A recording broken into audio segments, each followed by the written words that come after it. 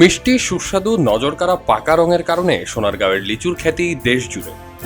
এ লিচু সবার আগে বাজারে আসে, তাই চাহিদাও থাকে বেশি। ভৌগোলিক অবস্থান, আবহাওয়াগত বৈশিষ্ট্য ও নির্দিষ্ট জাতের কারণে সোনারগাঁওয়ের লিচুর আলাদা খ্যাতি রয়েছে। 1700 খ্রিস্টাব্দে সোনারগাঁওয়ে পর্তুগিজদের আগমনের পর তারাই প্রথম এখানে ছোট পরিসরে লিচু চাষ শুরু করেন। লিচুর ব্যবসা লাভজনক হওয়ায় বর্তমানে ব্যাপকভাবে চাষ হচ্ছে।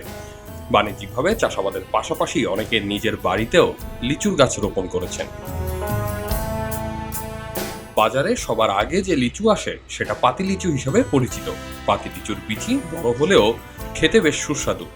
তবে সোনারগাঁওয়ের কদমি লিচুর চাহিদাই সবচেয়ে বেশি। এই লিচু আকারে বড়, বিচি খুবই ছোট আর গায়ের রং আগুন লাল। এই লিচু ক্রেতার হাতে পৌঁছাতে অতিক্রম করতে হয় 3টি ধাপ। প্রথম ধাপে বাগান মালিক প্রতি মৌসুম বা বছরের মেয়াদে বাগান বিক্রয় করেন লিচুর ব্যাপারীদের কাছে। লিচুর ব্যাপারীরা লিচুর সম্পূর্ণ পরিচর্যা শেষে বিক্রয় করেন পাইকারদের কাছে। পাইকারি বিক্রির জন্য সোনারগাঁওয়ের চৌরাস্তা এলাকায় আড়ত রয়েছে। সেখানে মধ্যরাত থেকে সকাল 6টা পর্যন্ত লিচু বিক্রি হয়। দেশের বিভিন্ন স্থান থেকে পাইকারি ক্রেতারা এই লিচু কিনে নিয়ে খুচরা পর্যায়ে বিক্রি করেন। তাদের কাছ থেকে সব শ্রেণীর ক্রেতারা কিনে লিচুর স্বাদ গ্রহণ করেন। এবারকার আবহাওয়ার কারণে আমরা একদম পানি লাগাই রাখছি। 1 লক্ষ টাকা খালি আমি 3টা বাগানে পানি দিছি, মিশিং সবসময় লাগাই রাখছি। বিভিন্ন ডিস্ট্রিক্টের মধ্যে এটা নামি কারা লিচু, হাজার হাজার লোক আইয়ে সাধুরবাগ খাওয়াইয়ারা কিনে নেয়, পাটি আইতেছে পাটি কিনে নেয়, পাইকারে কিনে নেয়। বিভিন্ন দেশে এই লিচুটা সাপ্লাই হয়, বুঝছেন। এটার নাম হলো কদমি লিচু সোনারগাঁও। উপজেলা কৃষি বিভাগ সূত্রে জানা গেছে, সোনারগাঁওয়ের 10টি ইউনিয়নে সবচেয়ে বেশি লিচু বাগান আছে। এসব এলাকার প্রতিটি বাড়ির আঙিনায় ও আশেপাশের ভিটা বাড়িতে লিচুর চাষ করা হয়।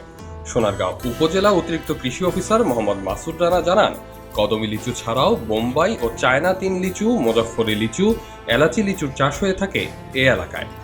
এবারে যেহেতু তাপমাত্রা আমাদের অনুকূলে ছিল না, আমাদের প্রতিকূলে ছিল, সেটার জন্য লিচুর ফলন কিছুটা কম হবে। কারণ লিচুর যে ওয়েদারটা ছিল, টেম্পারেচার অনেক বেশি ছিল। এটার জন্য লিচুর যেই মুকুলগুলো ছিল প্লাস লিচুর যে ছোটো ছোটো লিচুগুলো ছিল সেটা ঝরে গেছে।